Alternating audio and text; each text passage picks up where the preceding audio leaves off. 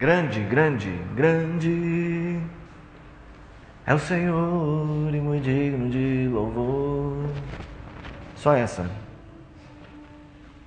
Eu não vi, não conversei com vocês. Sim, achei que vocês não estavam.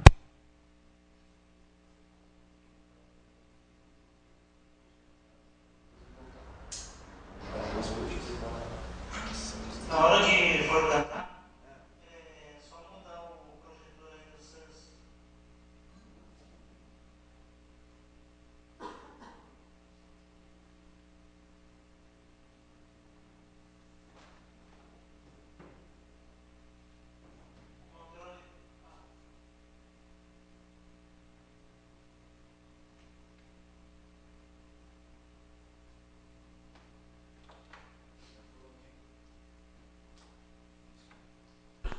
Já coloquei no Source, tá?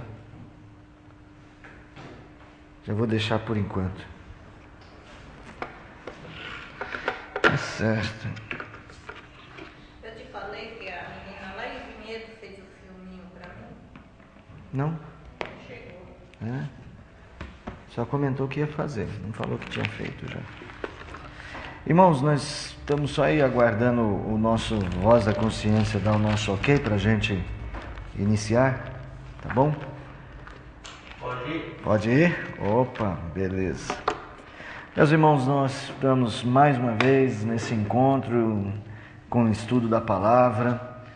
Eu tenho o privilégio de poder repetidamente estar com vocês, fazer isso de forma sistemática. Eu brinco com a minha sala de escola dominical, que na escola dominical eu faço uma corrida de 100 metros, porque é tudo muito rápido. Você tem que passar pelos ensinos assim, você tem aquele domingo para dizer aquilo, né? E você tem um cronograma de ensinos que você tem que obedecer regiamente ali, né? Não pode fugir. No caso da quarta-feira, não, a gente se permite esperar mais, discutir mais, se aprofundar mais. Nós não temos pressa de acabar, a gente só espera a volta de Jesus Cristo. De repente ele volta no meio do estudo, aí eu deixo vocês e vou para lá. Bom, vocês vão junto comigo, né? Se Jesus Cristo voltar, eu prometo não terminar o estudo.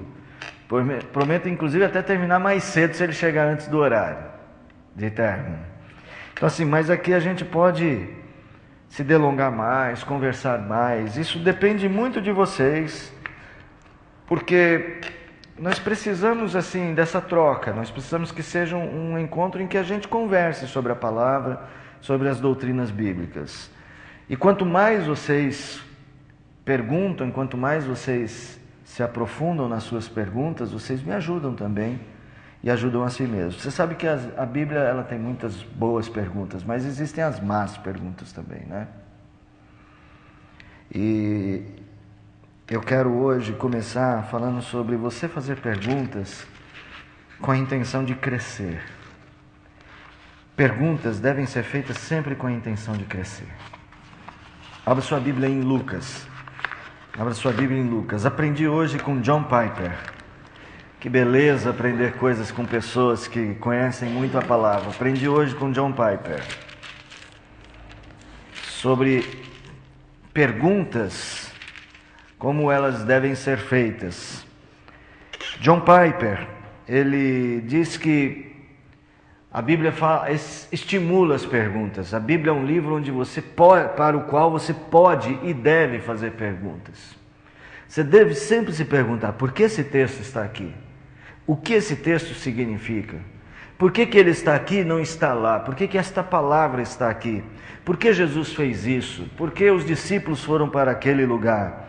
Você deve fazer perguntas para a Escritura, porque cada pergunta que você faz, a sua mente, ela se move no sentido de pensar a resposta.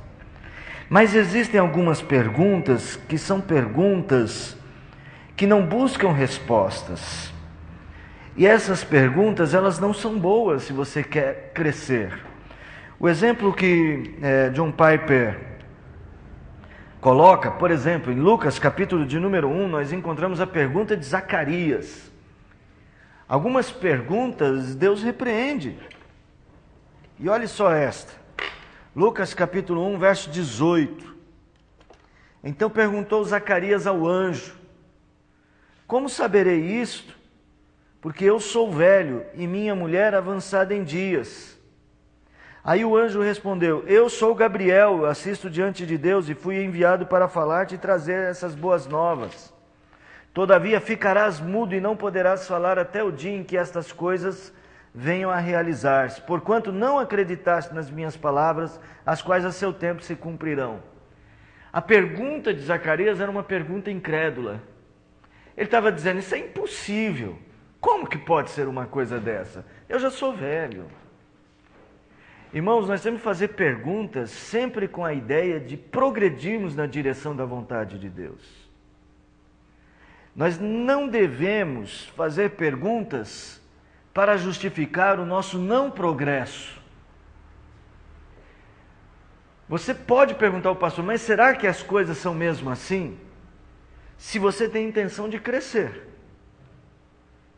Se a sua pergunta é honesta no sentido de crescer.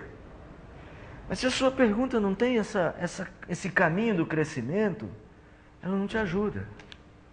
Por outro lado, nós vamos ver uma pergunta semelhante. Essa pergunta foi feita por Maria. Ainda no capítulo de número 1, ele diz assim, o anjo vai predizer para Maria sobre o nascimento de Jesus. Então, verso 34 diz assim: então disse Maria ao anjo: como será isto? Pois não tenho relação com homem algum. Agora o anjo não repreende, ninguém fica mudo, ninguém fica sem andar. Mas ela também fez uma pergunta. E a questão é: por que a pergunta de Zacarias era considerada uma pergunta de um incrédulo e por que a de Maria, a pergunta de uma mulher crente? Porque na verdade o que Maria estava pedindo era: qual é o caminho que eu tenho que seguir? Boa noite, boa noite. Eu não tenho relação com homem algum, então o que eu tenho que fazer para que isso aconteça? Deu para entender a diferença? O problema não é você ter perguntas. A questão é se você está desejando crescer com as suas perguntas. Meus irmãos, eu estimo que vocês façam perguntas. Eu não tenho resposta para tudo. Eu tenho um treinamento teológico de 7 anos, um pouquinho mais, e alguns anos de estudos, que vocês conhecem bem. Eu sempre fui aqui. Tenho um raciocínio, assim como vocês, e tenho vocês do meu lado. E os livros, como eu citei o John Piper. Isso está a nosso dispor para crescermos. E eu quero que vocês façam a parte de vocês perguntem. Mateus, temos duas músicas hoje. Uma você escolhe, tá? Mas você toca no segundo momento. Eu escolhi um tocador para testar ele, para ver se ele é bom mesmo, tá? Você avalia para mim, por favor. Tá?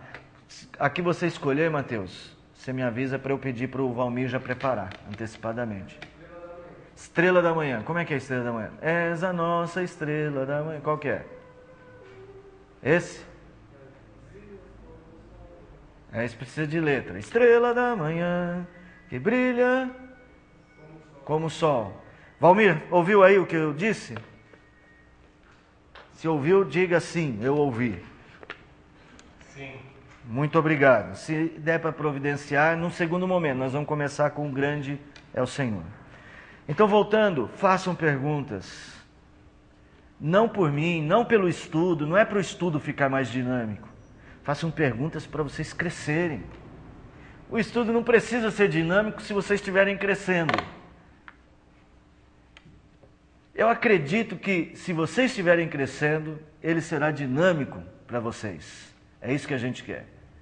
As perguntas não têm um fim em si mesmo, para o momento ficar mais feliz, mais agradável a nossa estada aqui. Não. As perguntas têm como objetivo a gente caminhar na direção certa. Então não esqueça, lembre-se da pergunta de Maria. Mas como será isso se eu não posso... Nunca tive intimidade. Como é que ela diz, para falar a verdade? Aqui ela não tenho relação com homem algum. Em outras palavras, o que eu tenho que fazer para isso acontecer? Lucas capítulo 1. Lucas capítulo 1, verso 34. O que eu tenho que fazer para isso acontecer? Então, faça perguntas para que isso aconteça. Nós vamos cantar juntos, Grande ao Senhor. Hoje o Rogério vai tocar esse primeiro hino. Vai lá, Rogério, vamos ver.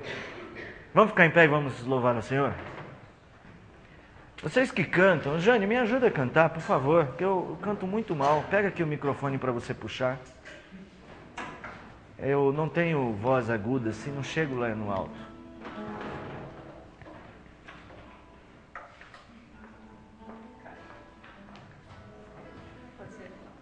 Não, pode ser aí mesmo, obrigado. A letra vai passar lá. Deixa eu puxar o quadro aqui para todos verem a letra, né? Melhorou? Depois eu viro para vocês aí da câmera.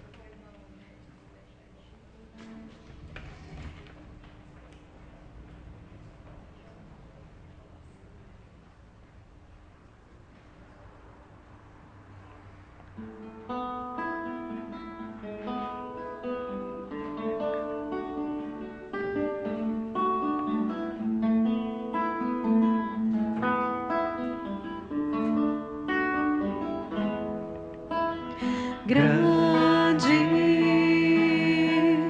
é o Senhor e muito digno de louvor. Na cidade do nosso Deus, seu santo monte, a alegria de toda a terra.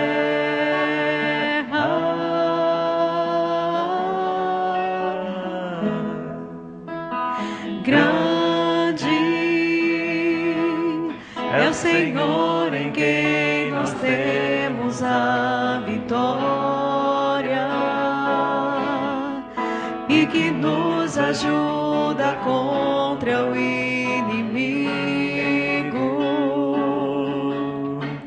Por isso diante dele nos prostramos.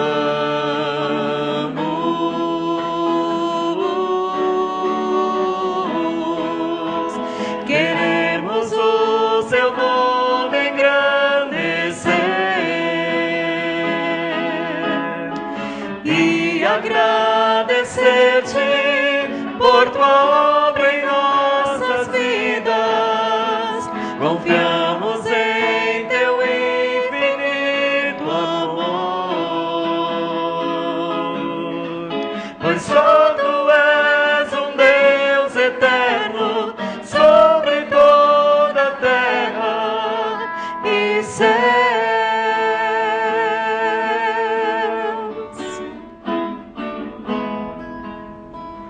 Grande é o Senhor e muito digno de louvor. Na cidade do nosso Deus, seu santo monte, a alegria de toda a terra.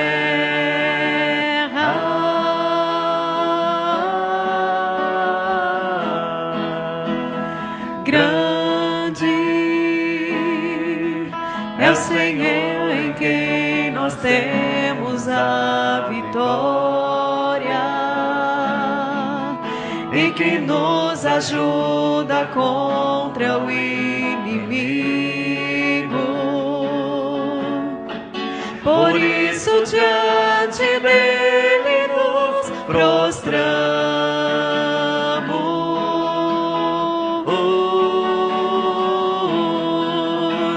Queremos o teu nome engrandecer e agradecer-te por tua obra em nossas vidas. Confiamos em teu infinito amor, pois só tu és um Deus eterno sobre toda a terra e céus.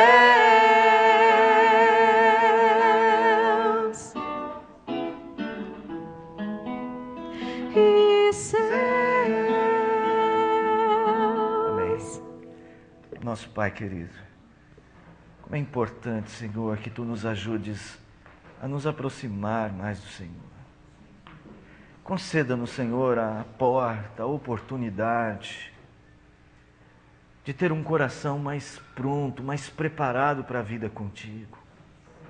O Senhor, ser misericordioso com este povo que se chama pelo Teu nome. Concede-nos a mente de Jesus Cristo, concede-nos o coração, ó Pai bendito, amadurecido na Tua presença. Disposições de alma, Pai, que se apeguem a Ti profundamente, que nos façam olhar para o Senhor e nos façam viver para o Senhor. Ajuda-nos, Senhor, desperta-nos. Dá-nos a Tua graça, nós te pedimos. Seja este encontro contigo um encontro para engrandecermos o Teu santo nome, como acabamos de cantar, pela nossa disposição de aprender, Pai. Nos ajude em nome do Senhor Jesus. Amém. Amém. Podem sentar, irmãos. Podem sentar. Nós vamos fazer uma abertura diferente hoje. Quero ouvir de vocês, quero fazer uma pesquisa de campo, né? Pesquisa de campo. Eldo, fica com o microfone e você leva para quem quiser responder. Normalmente as pessoas são mais tímidas, elas não querem responder, mas eu gostaria muito que vocês me ajudassem. Não existe resposta certa nem errada nessa coisa. Como é que vocês identificam que uma pessoa está se santificando? Você olha para uma pessoa e fala assim, aquela pessoa está se santificando. Como é que vocês identificam? Quais são os elementos que você tem assim, como base para dizer, aquela pessoa está se santificando? Vai lá, quem quer? Dá uma palavra aí. Pode ser também você, Eldo, você fica à vontade, né? Eu falei para vocês levar o microfone, mas de repente você quer falar. Hein? Vai lá, Victor. Não vou colher uma resposta só, eu quero algumas, tá? A gente consegue perceber na busca da santificação dessa pessoa quando ela te ouve mais e antes de te dar uma resposta em vão, ela para pensar, e quando te responde tem uma mansidão, certo. Te surge uma certa dúvida sobre algo e ela pergunta com uma certa desconfiança, de repente até te põe a informação que ela tanto precisa, mas não tem dúvidas e não julga da forma que ela pensa.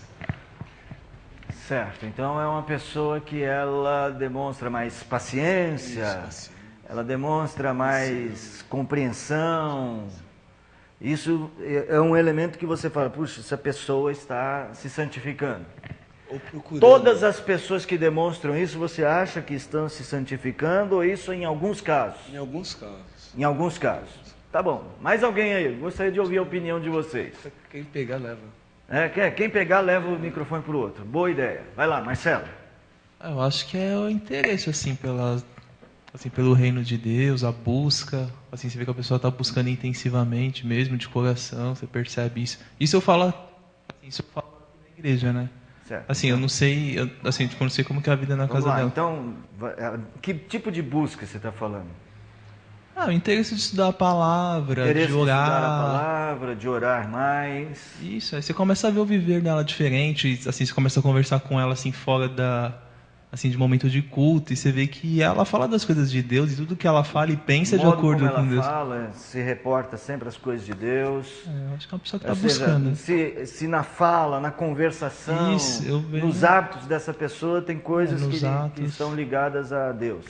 Interessante. Mais alguém? Vai lá, Rogério. Passa aqui o microfone para o Rogério.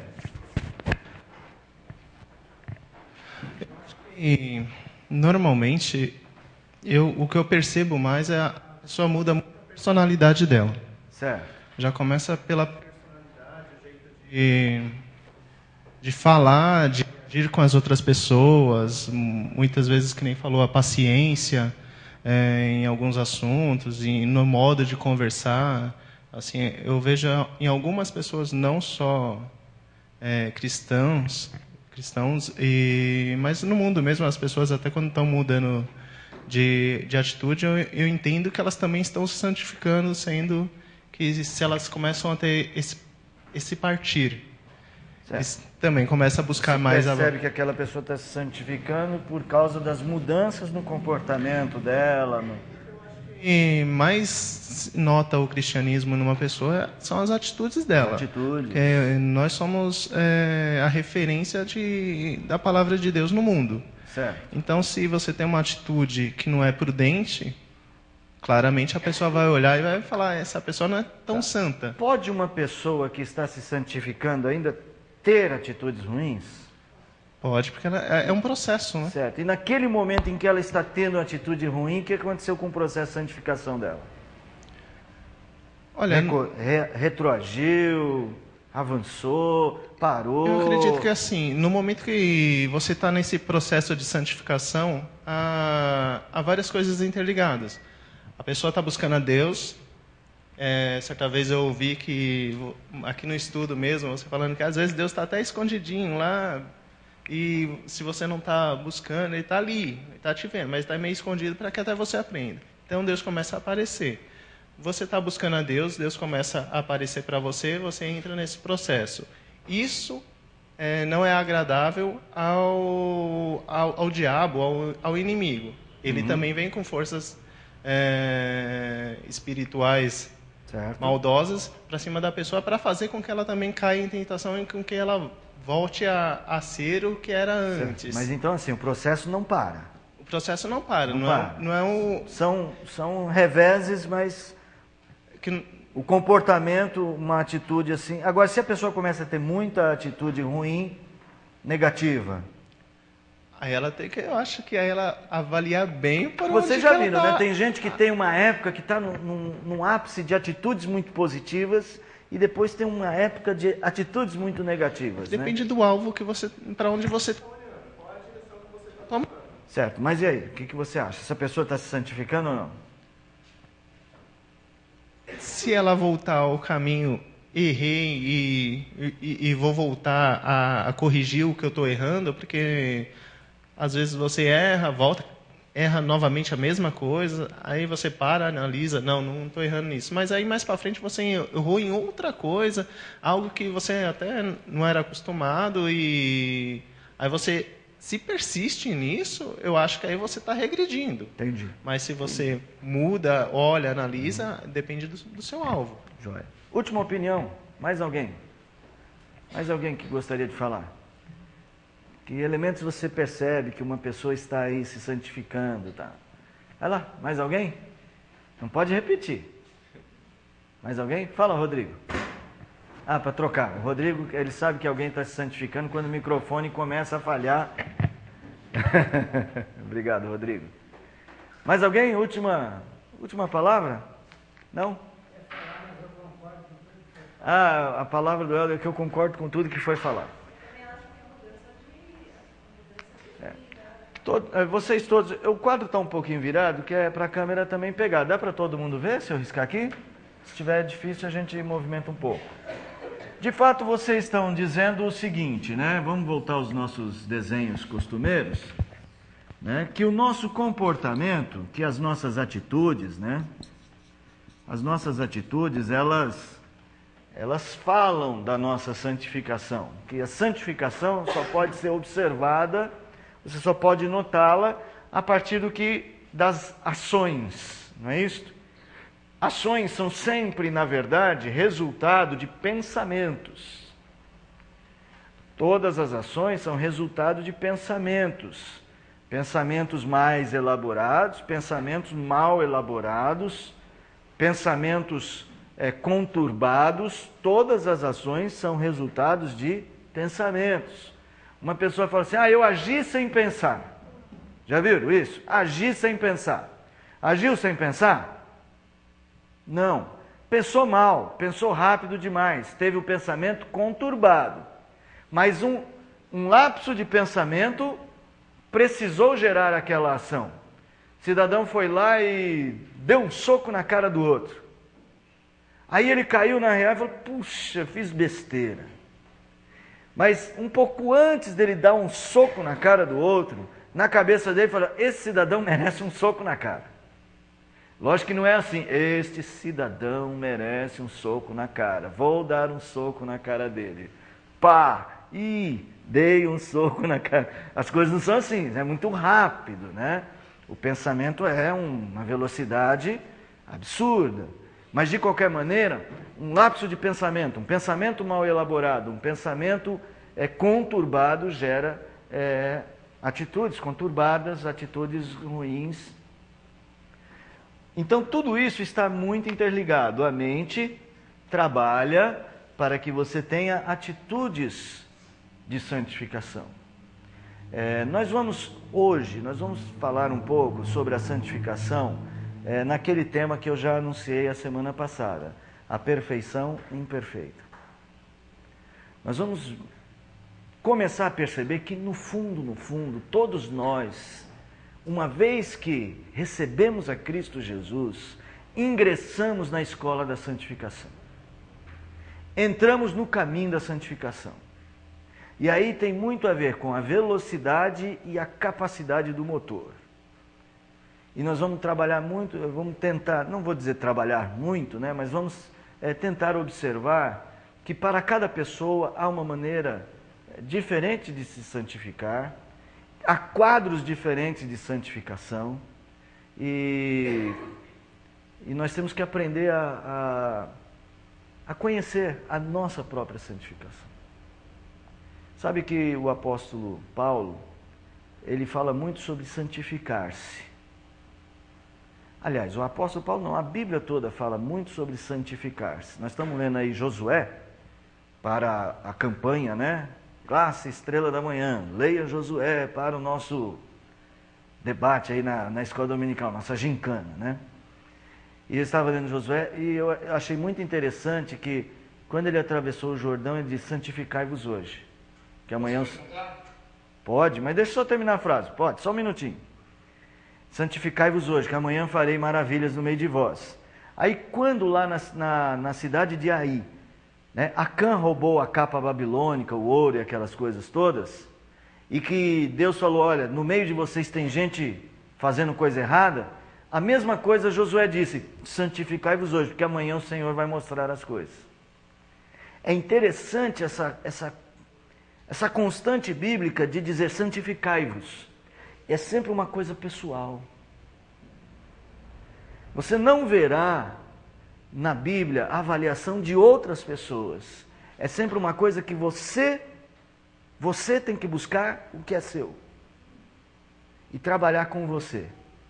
E eu espero que isso seja oportuno para todos nós, o estudo hoje. Vai preparando, Mateus, e vai preparando vocês aí do som para a gente transmitir a letra. Fala, faz a pergunta. Silvia, como podemos ter a certeza de que o nosso relacionamento com Deus é um relacionamento verdadeiro, onde eu não estou me enganando? Bom, a primeira certeza tem um nome, chama-se cruz. O nosso relacionamento com Deus não é verdadeiro porque nós somos perfeitos. O nosso relacionamento é verdadeiro porque verdadeiramente Jesus Cristo morreu por nós. Se você crê verdadeiramente que Cristo morreu por você, você já tem um relacionamento com Deus. Ele pode ainda não ser um relacionamento maduro, mas é um relacionamento verdadeiro. É muito importante entender isto, porque às vezes a gente confunde santificação com salvação. A gente acha que só será salvo, nós vamos tocar um pouco sobre isso no final. Mas acha assim, que a gente tem um medo de não ser salvo porque ainda não somos santos, como achamos que deveríamos ser. Mas o nosso relacionamento com Deus é verdadeiro a partir da cruz. E a cruz é uma realidade objetiva, não subjetiva. Tem a ver com Deus e Cristo. Se Cristo morreu em meu lugar, eu posso ser um cidadão ainda pecador, ainda com muitos defeitos na minha vida cristã, mas o fato de Jesus ter morrido em meu lugar é a minha segurança. Por causa dessa segurança é que eu busco a santificação. Eu não busco a santificação para ter essa segurança. É porque eu tenho essa segurança de que pertence a Deus é que eu busco a santificação. Tome cuidado aí com essa inversão de valores. Ela perguntou se eu não estou me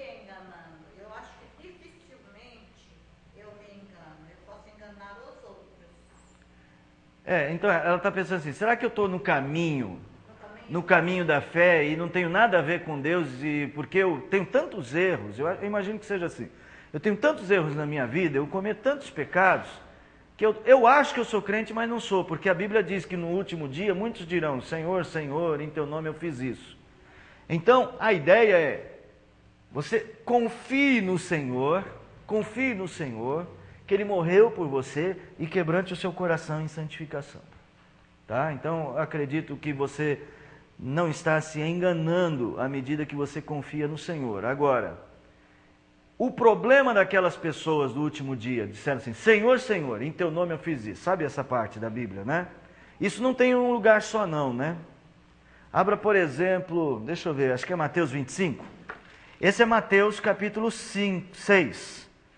Mas Mateus 25 também tem isso. Deixa eu ver se é no 5. 25. Isso aí.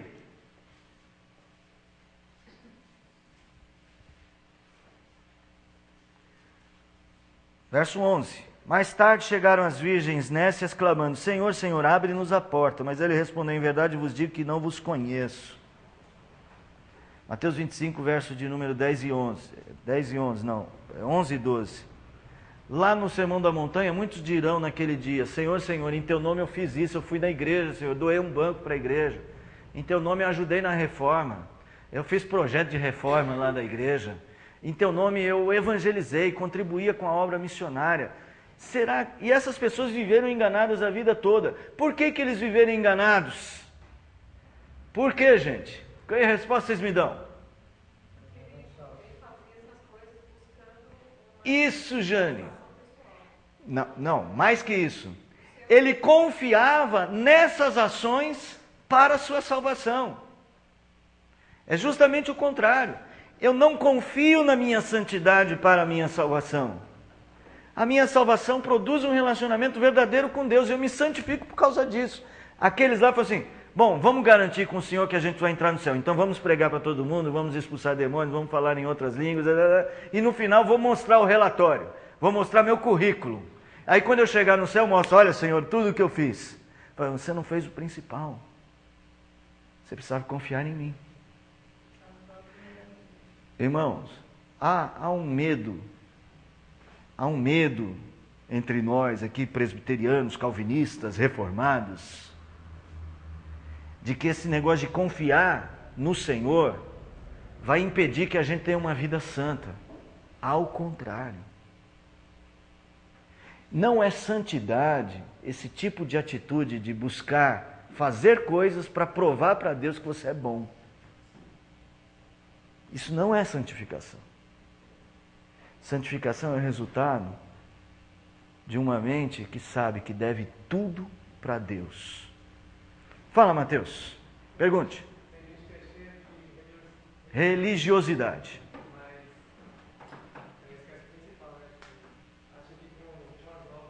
Vão comprar Deus. É isso mesmo. Há pessoas que querem fazer da sua religiosidade a sua salvação. E foi isso que aconteceu com aqueles homens. Em teu nome nós fizemos, nós temos o direito de entrar aí. E ele vai falar, me desculpe, eu não conheci vocês. Quando eu estava na cruz, vocês não estavam comigo. Não precisamos ter medo de crer na justificação pela fé, somente.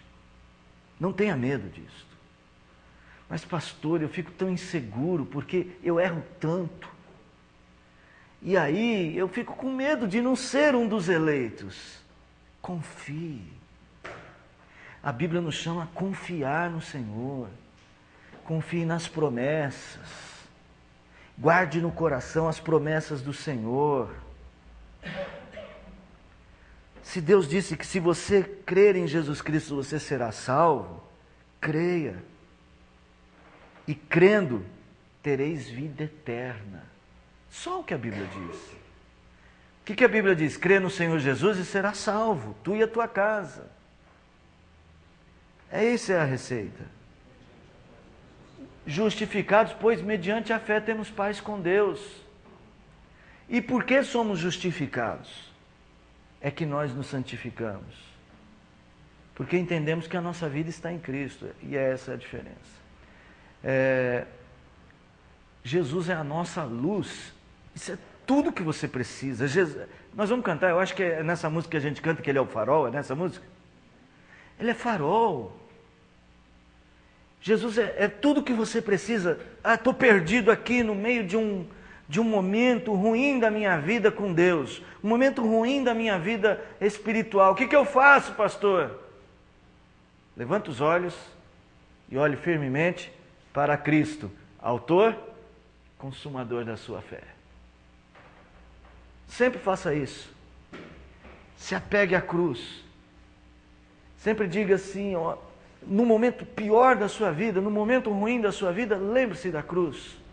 Que na cruz todos os seus pecados foram perdoados. Uma dica antes da gente cantar. Mateus, pode vir aqui para o seu lugar.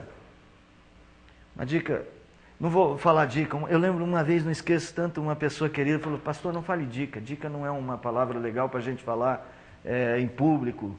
É uma gíria. Então fica aqui uma sugestão. Uma sugestão não, um alerta, para ser bem sincero. Outra coisa muito importante é quando a gente julga os nossos irmãos. Quando a gente diz para eles, puxa, ele não é tão santo, porque, olha, esse é o ponto das minhas perguntas iniciais. Como que eu sei que alguém está em santificação? Quando aquela pessoa está em Cristo. Isso é tudo que a gente precisa.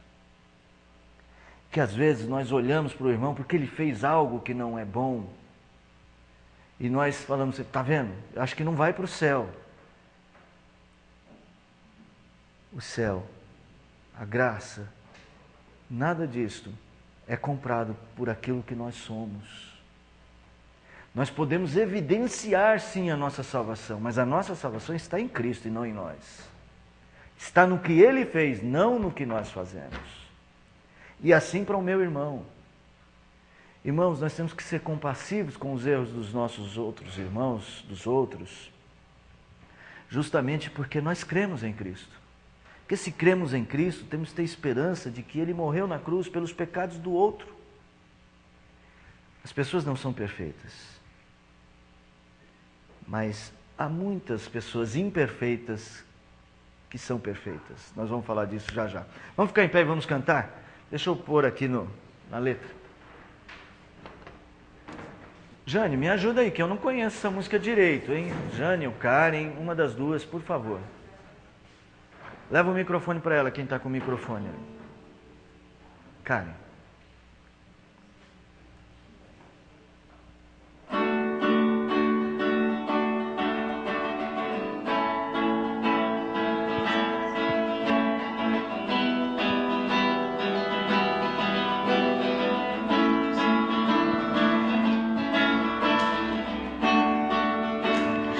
Eu procurei tua luz,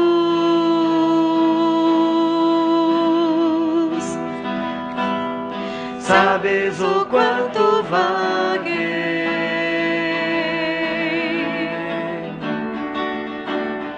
Quando encontrei o caminho, a tua alegria enches de canções. E pode ser Vocês que conhecem, cantam. eu descobri minha cruz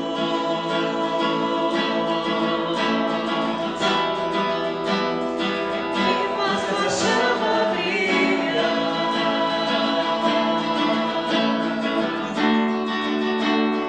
Tem o perene que aquece o fogo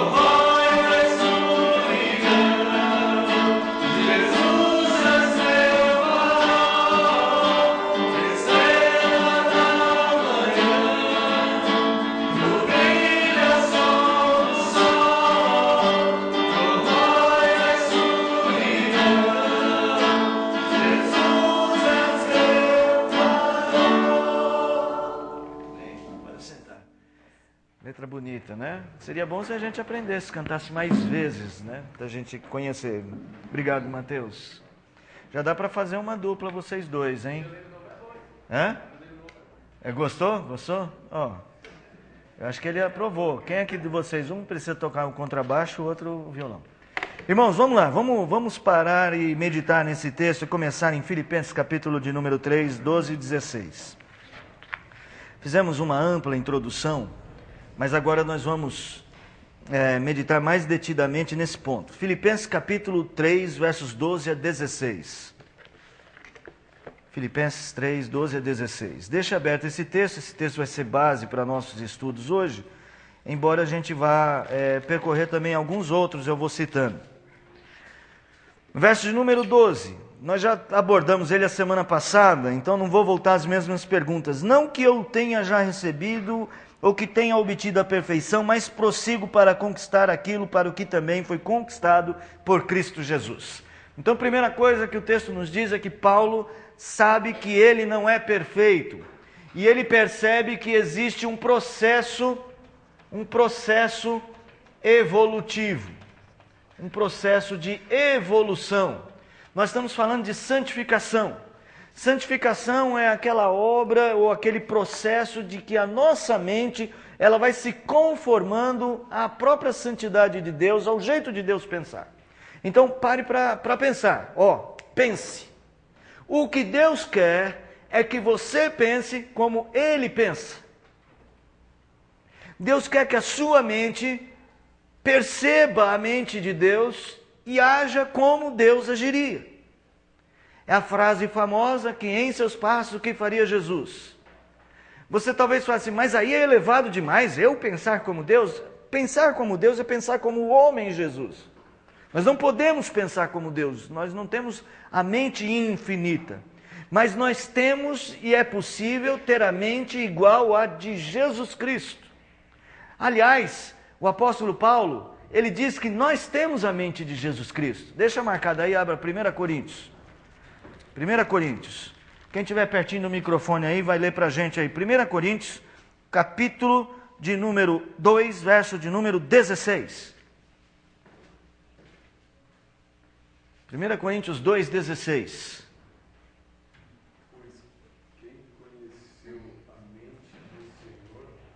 Lê no microfone, porque quem está na internet, e se não tiver com Bíblia, pode ouvir o texto. Vê se está ligado. Pois quem conheceu a mente do Senhor que o possa instruir? Nós, porém, temos a mente de Cristo. Então veja, o que o Senhor espera do seu povo é que ele pense, que ele entenda os pensamentos do Senhor.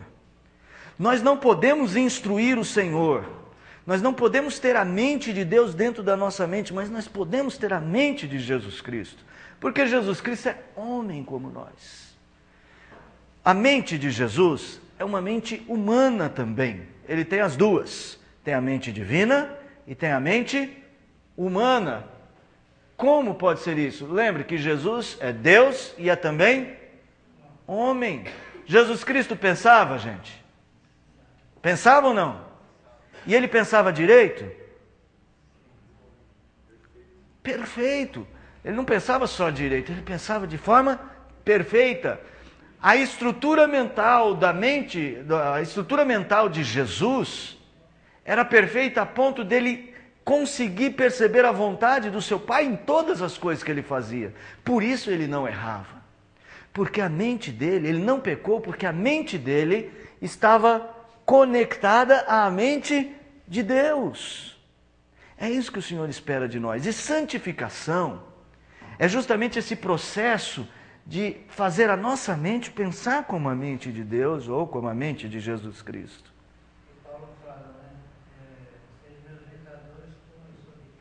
Sede meus imitadores como eu sou de Cristo. Ou o próprio Paulo, pensai as coisas lá do alto, onde Cristo está. Então, irmãos, a gente tem que... Quando eu fiz perguntas, o que mostra que uma pessoa tem se santificado? Vocês disseram, as atitudes. Basicamente, todo mundo apontou as atitudes. né? O que a pessoa faz, o modo como ela se comporta, o comportamento desta pessoa. Mas esse comportamento tem que ser fruto de uma mente parecida com a de Jesus. Sabe por quê? Por exemplo, eu posso ter uma pessoa muito compreensiva que não tem nada a ver com Jesus, ou não pode? Você encontra, por exemplo, monges tibetanos que nem creem em Jesus Cristo e que são pessoas tão compreensivas, são tão capazes de entender o outro, o mais fraco. Ou não? Aí você fala, puxa, essas pessoas devem ir para o céu. Você já nunca pensou nisso? Fulano é tão bom, só falta ele ser crente. Eu acho que ele vai acabar sendo crente só lá no céu. Esse é que é o ponto. Salvação, santificação, não compra salvação.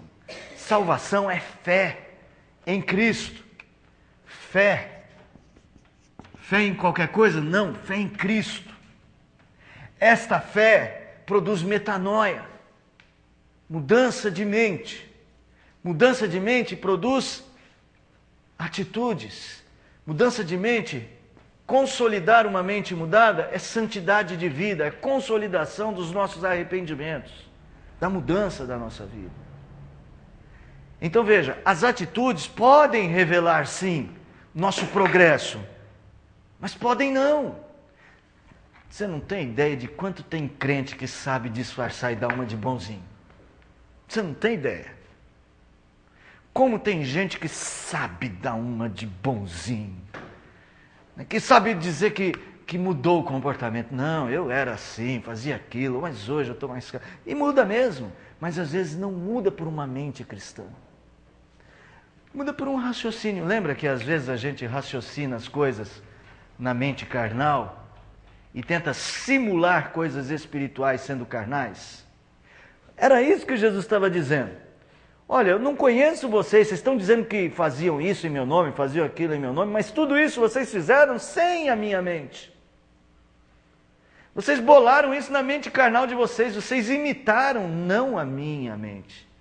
Vocês imitaram um modelo religioso. Os fariseus eram ótimos nisso, né? Os fariseus ficaram famosos por isso. E ficaram tão famosos que quando uma pessoa faz de conta que é uma coisa que ele não é, o que a gente fala que ele é? Um tremendo fariseu. Ou hipócritas. E Jesus disse, vocês são hipócritas. Vocês são capazes de deixar o rosto desfigurado. Estou fazendo jejum, estou me santificando, mas no fundo, tudo sepulcro caiado. Raça de víboras e vários adjetivos bem ruins para aqueles homens aparentemente tão santos. Eles estavam reproduzindo uma santidade, mas que não era santidade.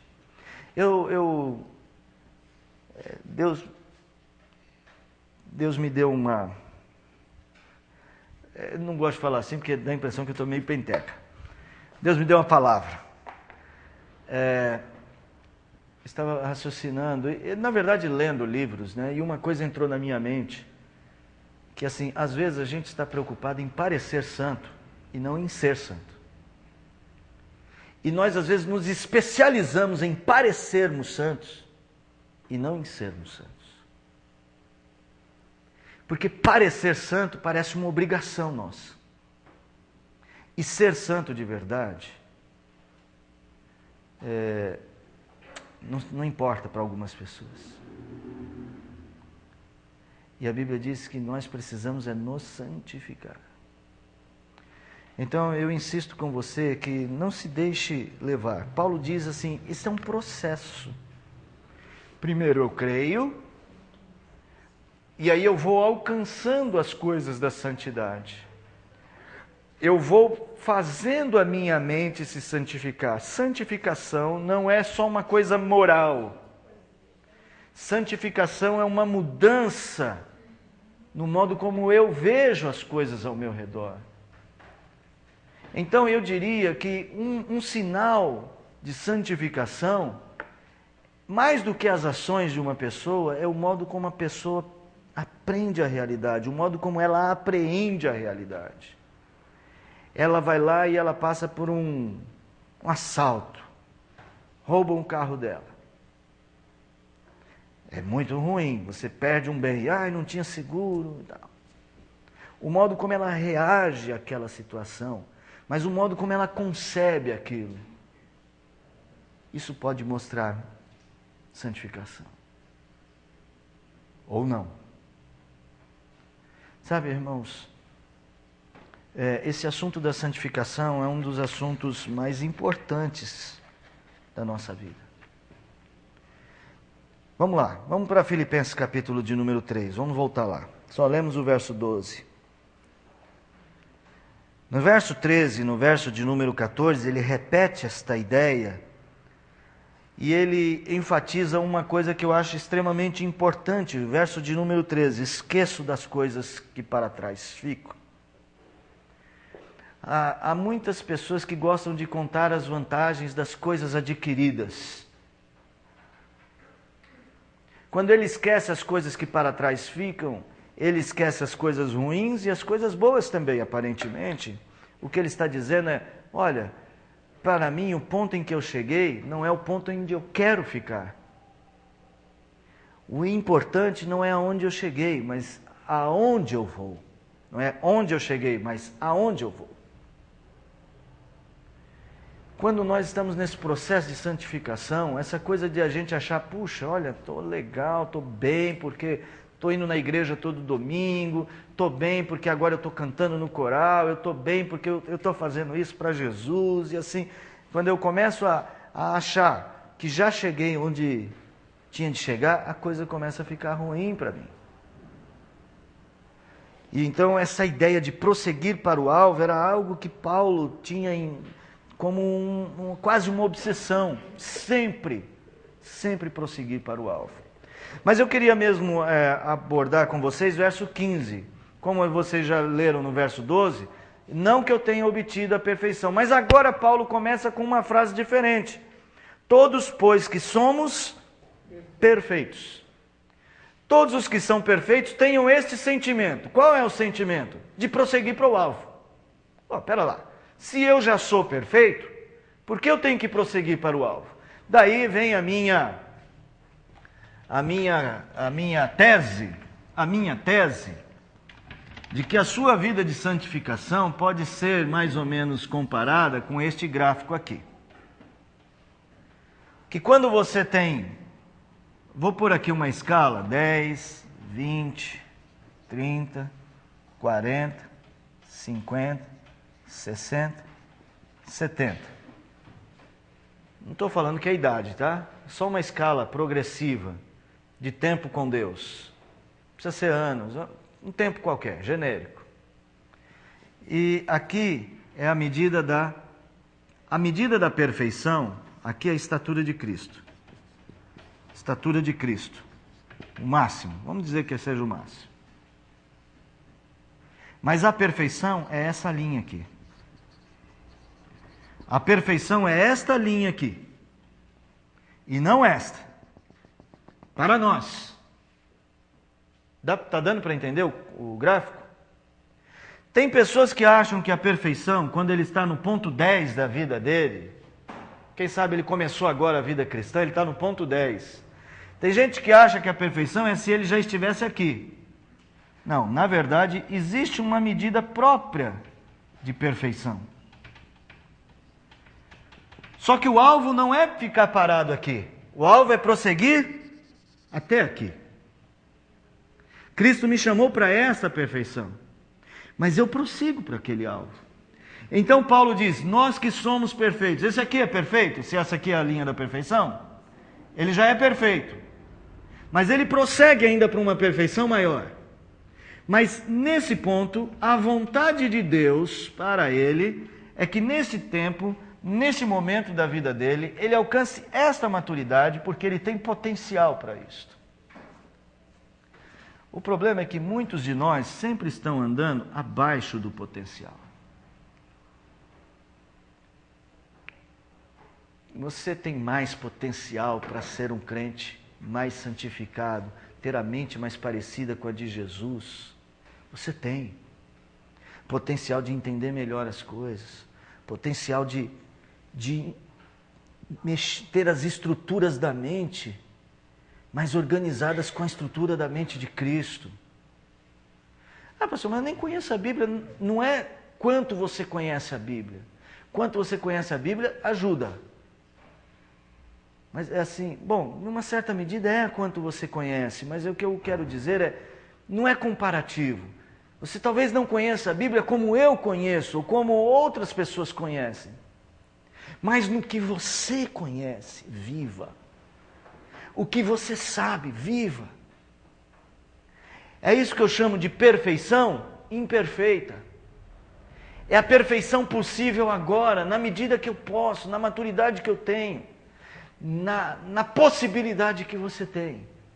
O bom é que quando você chega aqui, você logo já quer chegar em um alvo maior. Porque o grande efeito de um coração perfeito é o desejo de ser mais perfeito. E não é aula de português, né? Porque não tem mais que perfeito, tem sempre perfeito. Deu para entender? Você pode se avaliar e falar assim, eu tenho potencial para ser um crente mais obediente do que eu sou hoje?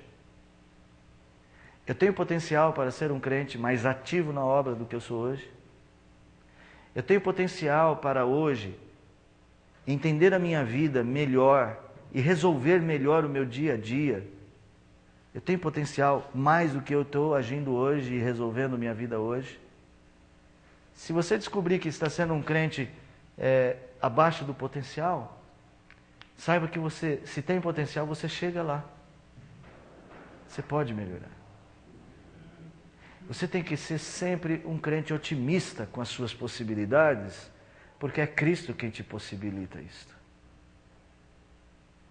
Ele tem condições de te dar muito mais do que a sua mente é capaz de conceber. Você lembra o que ele disse?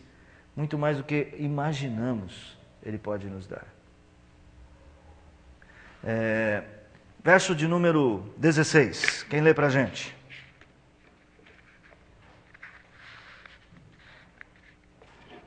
Verso 16.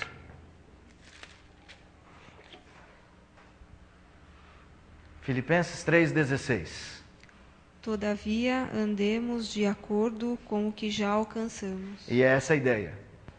Tem gente que está aqui e está de olhão, vou usar assim, é só para brincar, de olhão gordo na santidade do outro.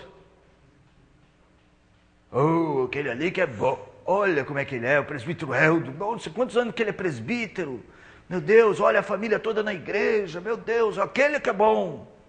Cada um anda conforme o que alcançou. Saiba andar. Humildade. Satisfação em Cristo.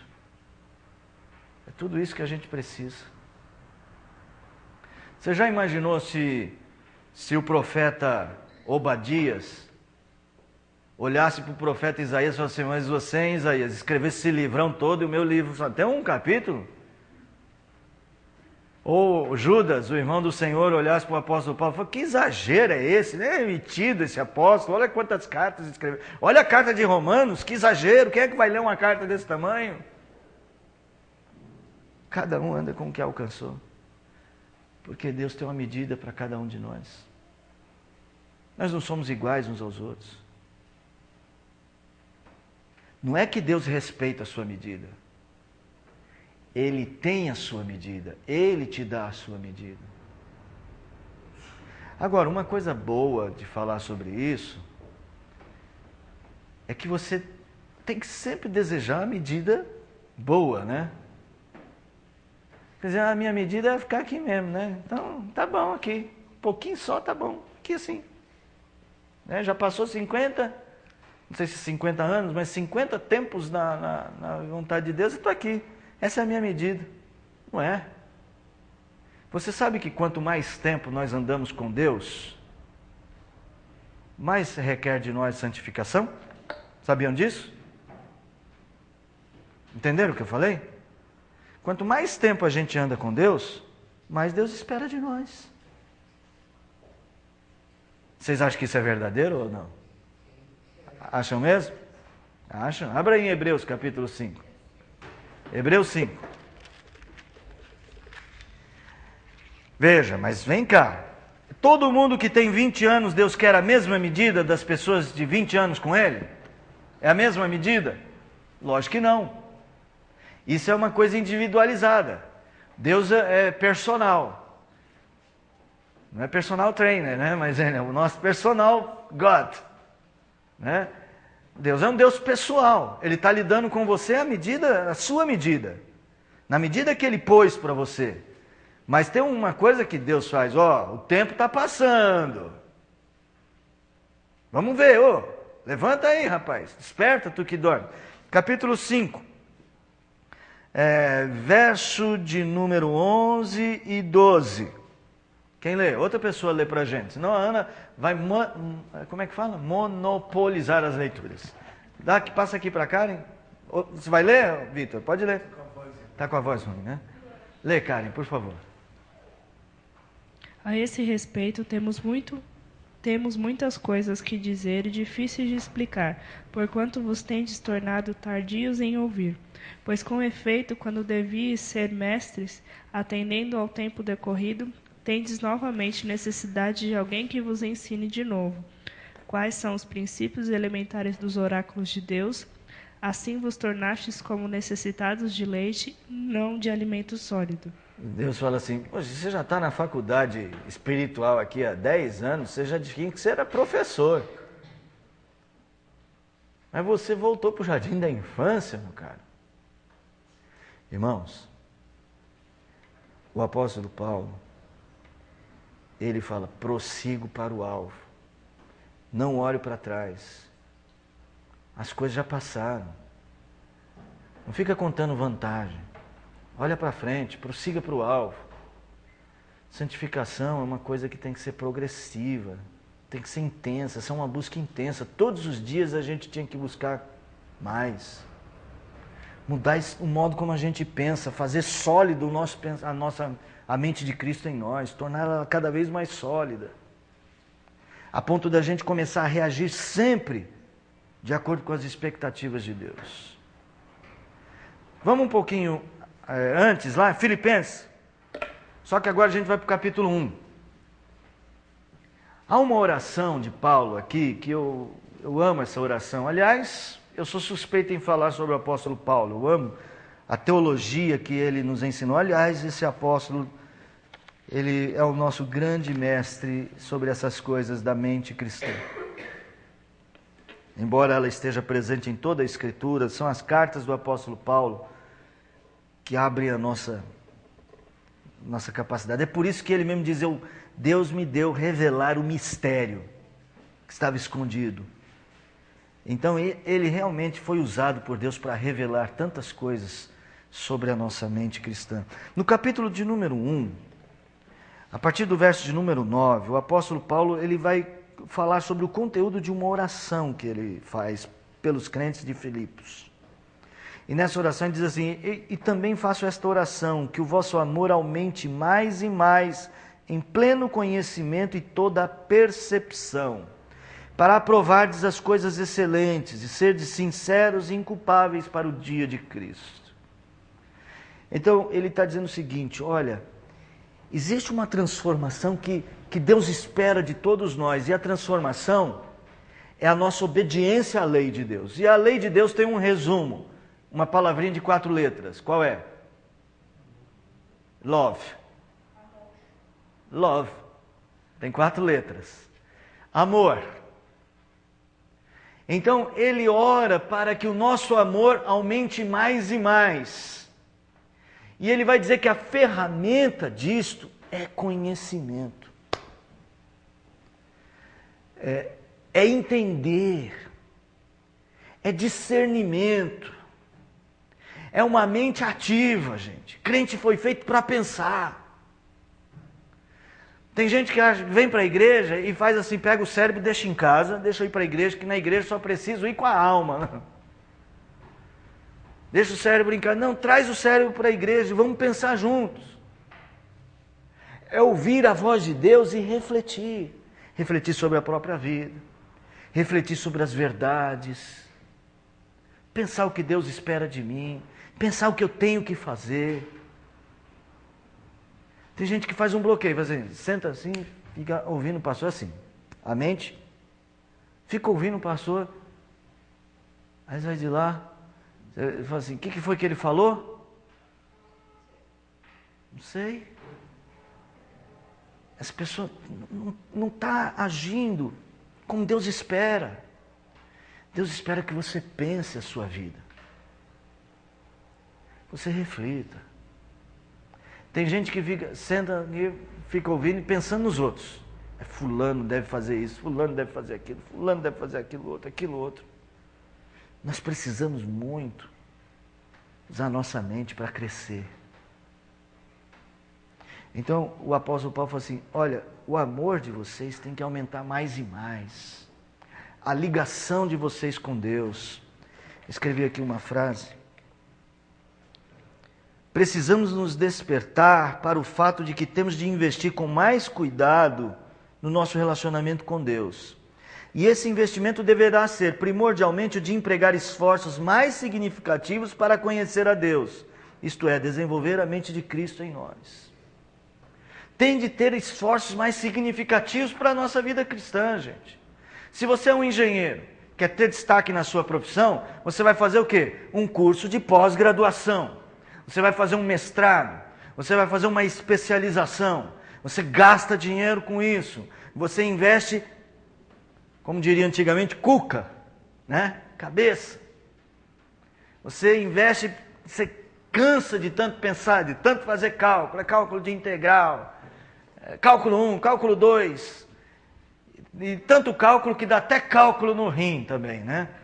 Então assim, você investe na sua vida. Se você é nutricionista, quer ter um super currículo, você investe, vai fazer pós-graduação, vai trabalhar na pastoral da terra, não, aí é outra religião.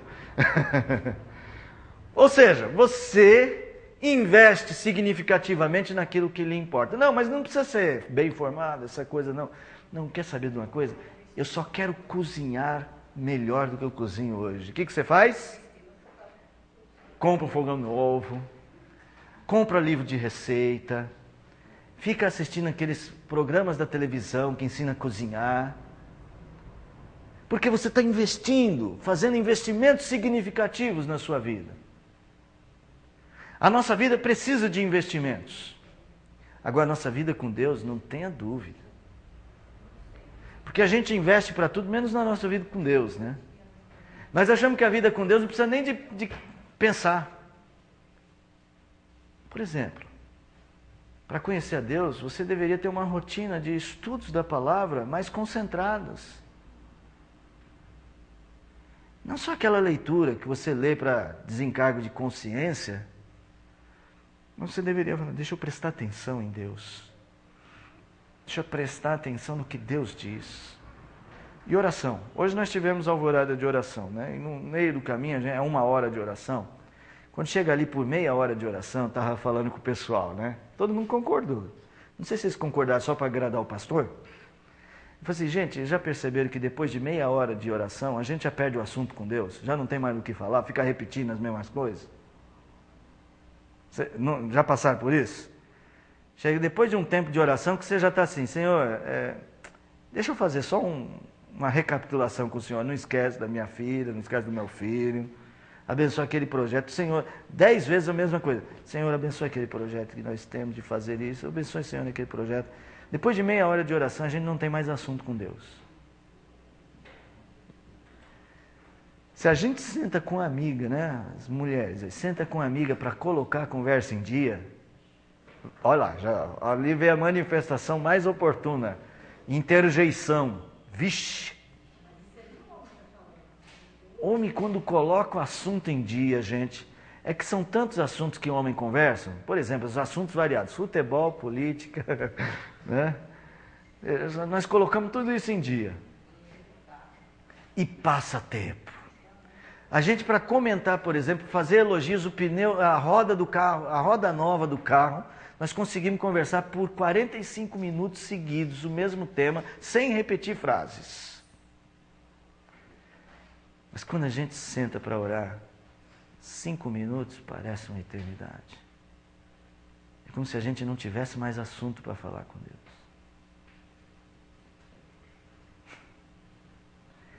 O que será que Jesus tanto fazia que ele orava a madrugada inteira, hein? O que será que Jesus ficava falando com Deus?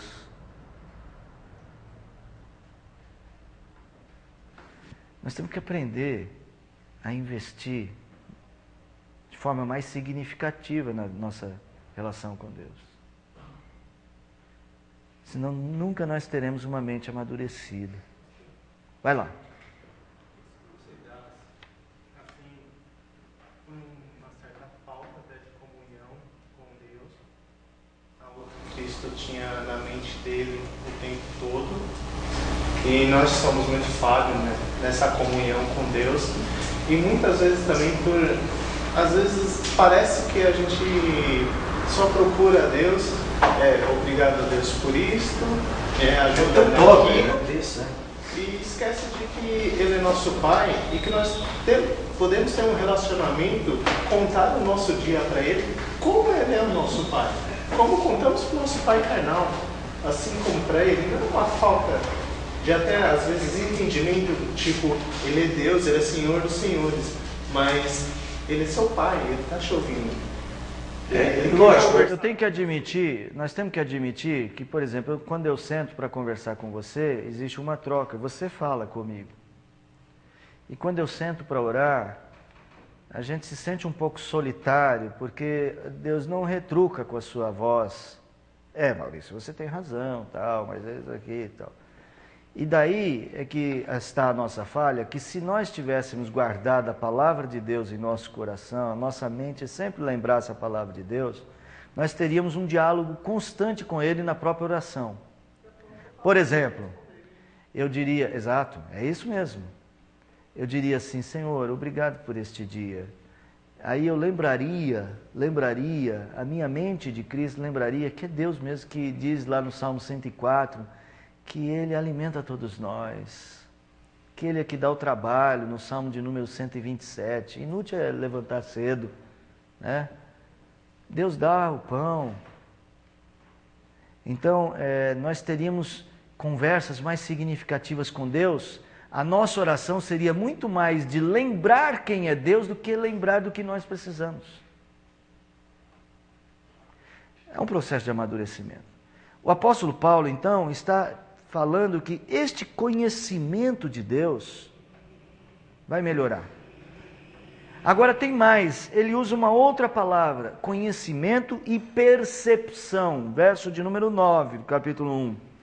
Para que aumente em pleno conhecimento e toda percepção. Não só aquele conhecimento a respeito de eu saber quem é Deus, porque ele diz, mas eu percebo, eu vejo Deus. Lembra aquela questão de Jó que nós falamos? Antes eu te conhecia de ouvir, mas agora os meus olhos te veem. Eu tenho uma relação com Deus de percepção. Eu percebo a mão de Deus. Eu vejo a mão de Deus. E eu vejo a mão de Deus de muitas formas. Uma família com uma pessoa adoentada, de cama, que fala praticamente nada, não anda mais, mas tem as reações, né, de rosto, se mexe um pouco, mas a família sofre muito, vocês sabem disso, né? Eu estou falando da Débora Quintela e as irmãs. Mas você pode perceber Deus ali, coisas pequenas, aprender a perceber Deus. Lembra o caso de Elias? Veio o trovão, onde estava Deus? Não estava lá. Veio o vento forte, a tempestade, Deus também não estava lá. Onde é que Deus estava? A Bíblia fala no cício, que é uma... Sabe aquela brisa que faz assim? A folha só faz isso assim e depois cai de volta? Era ali que Deus estava. Na coisa mais simples. Às vezes você não percebe, mas Deus está nas coisas mais simples. Nos pequenos gestos, nas pequenas falas. No abraço de um filho, abraçando a mãe, olha que bacana. Não é? Não é legal isso? Isso é Deus presente. Ou vocês mais jovens, né? Vindo à igreja. Puxa, para mim isso é Deus. Porque no mundo de hoje, os jovens vindo numa quarta-feira à noite na igreja, as pessoas dizem que na igreja presbiteriana não tem milagre. Eu acho que isso é um milagre. Não naquele sentido sobrenatural, mas é Deus agindo. Deus agindo. Então, assim, a santidade de vida, ela ajuda você a perceber isso. É a mente que fica pronta, o modelo do seu pensamento, o modo como você elabora os seus pensamentos, estão prontos para perceber isto. Aí o apóstolo Paulo tem duas coisas, nós vamos tratar delas a semana que vem, que nós encerramos o nosso horário. Por que que isso é bom? Por que que a santidade, a mudança desse pensamento para conhecer a Deus e perceber Deus, por que que ele é bom? Então ele tem dois aspectos. Para aprovardes as coisas excelentes, verso 10, e serdes sinceros e inculpáveis no dia de Cristo. E eu só quero dar a dica de como que nós vamos trabalhar. Começar a trabalhar. Aprovar as coisas excelentes é ter a mente que sabe fazer escolhas nesta vida. Você só aprova coisa boa. Você só escolhe coisa boa. Você passa a ter o discernimento de ações, para as ações da sua vida. Aquelas ações que vocês falaram, é isso que mostra a minha santidade. Você tem uma mente que a hora que ela toma decisões, elas são sempre excelentes, por coisas excelentes. Romanos capítulo 14. Abra aí, Romanos 14. Olha que verso lindo de Romanos 14.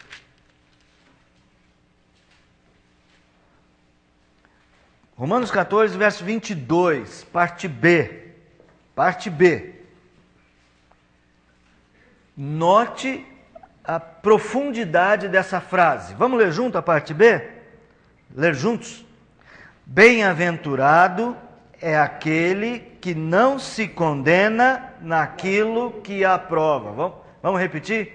Bem-aventurado é aquele que não se condena naquilo que aprova. Vocês entenderam? Se você aprova coisas excelentes, você não se condena pelas suas escolhas. Então você é bem-aventurado. Porque tem gente que não faz coisa ruim, né, diretamente, mas as escolhas dele mostram. Tipo de filme que ele prefere, tipo de lazer, tipo de vocabulário, tipo de roupa que ele usa, a maneira como ele escolhe seus amigos. Fala, dona Hilda. Eu tive a oportunidade de visitar várias igrejas na Dona José. A gente sentia a presença de Deus naquela vida. A gente ia lá para orar com ela, saía mais revigorado. Mais revigorado. Nós entramos a gente. E às vezes a gente vai, a pessoa também, a gente decai um pouco, né? Ela não enxergava, e ela aquela alegria.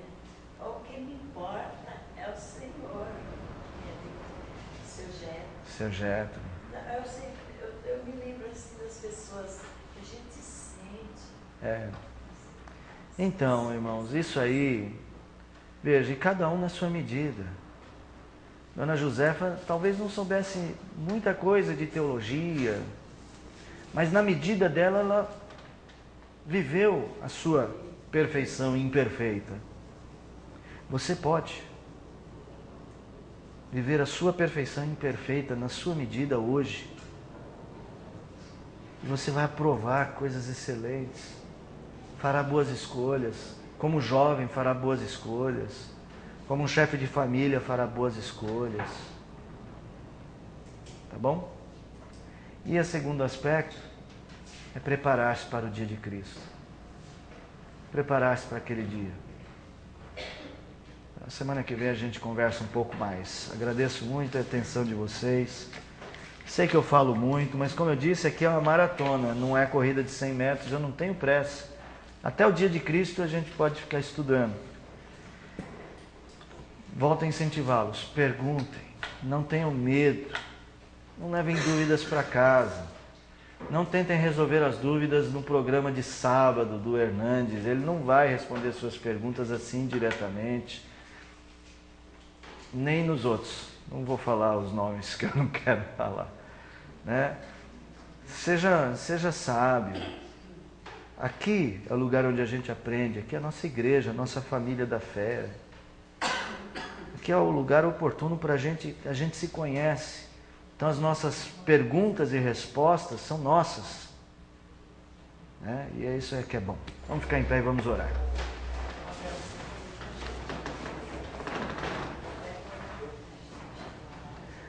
Agradeço de todo o coração ao Senhor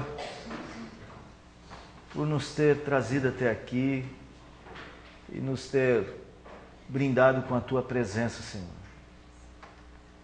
Agradeço de todo o meu coração pela Tua palavra tão desafiadora, que nos convoca a ter a mente de Cristo.